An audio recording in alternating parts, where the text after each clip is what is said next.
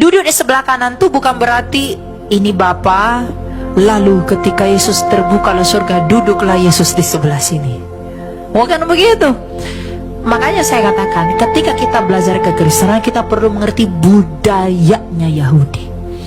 Nah, ketika kita misalnya baca di kitab Wahyu, anak domba itu bertanduk 7, bermata 7.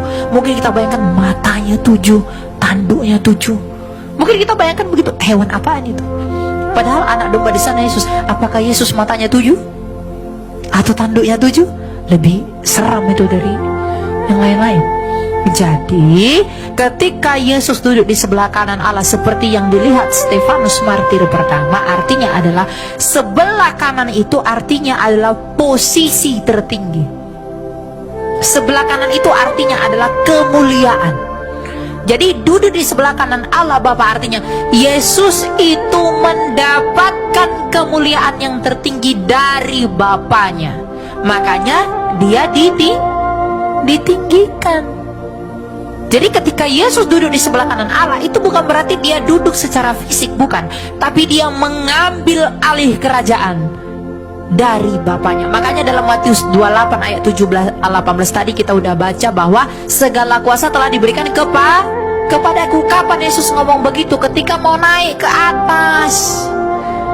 Nah, Yesus berkata, kepadaku telah diberikan segala kuasa di surga dan di bumi. Ketika dia naik ke atas, maka kepemilikan yang dia klaim itu menjadi nyata dan sempurna.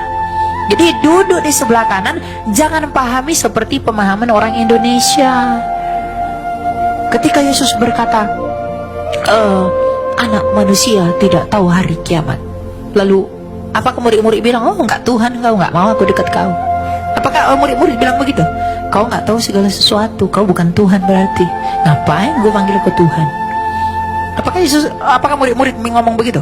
Karena mereka tahu arti dari perkataan Yesus itu apa menurut budaya mereka. Jadi duduk di sebelah kanan itu bukan berarti samping-sampingan dan punya wujud, bukan. Duduk di sebelah kanan itu artinya adalah kerajaan, kemuliaan dan kekuatan yang dari Allah. Jadi duduk di sebelah kanan Allah yang Maha Kuasa artinya dia mendapat posisi kemuliaan yang ditinggikan dari siapa? Dari Bapa sesuai dengan klaimnya dia sendiri sebagai anak. Gitu ya, untuk yang kedua. Yang ketiga tadi? Yang ketiga di Kejadian itu kan, oh firman itu ya. Jadi apa? Waktu perjanjian baru kan firman jadi daging. Nah, waktu di perjanjian lama kan ada kisah ceritanya kan si Adam dan Hawa, Tuhan berjalan-jalan di Taman Eden bersama-sama. Nah, itu firman itu waktu di kitab perjanjian lama itu dia tuh sebagai apa gitu? Ya, itu disebut dengan Kristofani. Kristofani itu dari dua kata Yunani. Jadi Kristos dan Phanero. Kalau orang Yahudi dalam Targum mereka sebut itu dengan memra. Dafar, penampakan memra, penampakan dafar. Makanya ketika Tuhan Yesus berkata begini, sebelum Abraham aku ada, karena Abraham telah melihat hari-hariku dan ia bersuka cita. Kapan Yesus ketemu Abraham? Ketika Melkisedek memberkati dia. Melkisedek itu Yesus sendiri loh.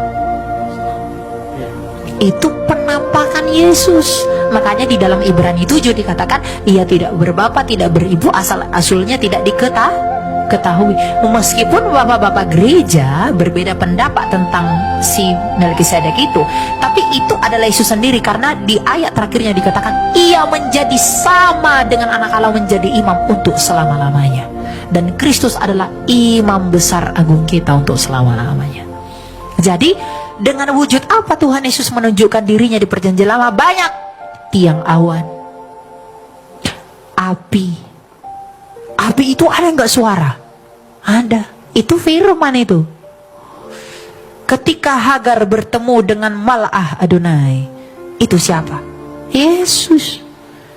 Penampakan firman di Silo dalam Samuel, Yesus itu.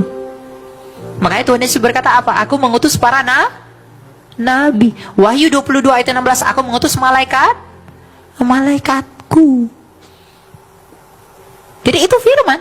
Nah, di perjanjian lama kita menyebutnya dengan Kristofani, yang artinya Kristos Panero, atau penampakan Kristus. Belum menjadi daging, dia hanya menampakkan dirinya.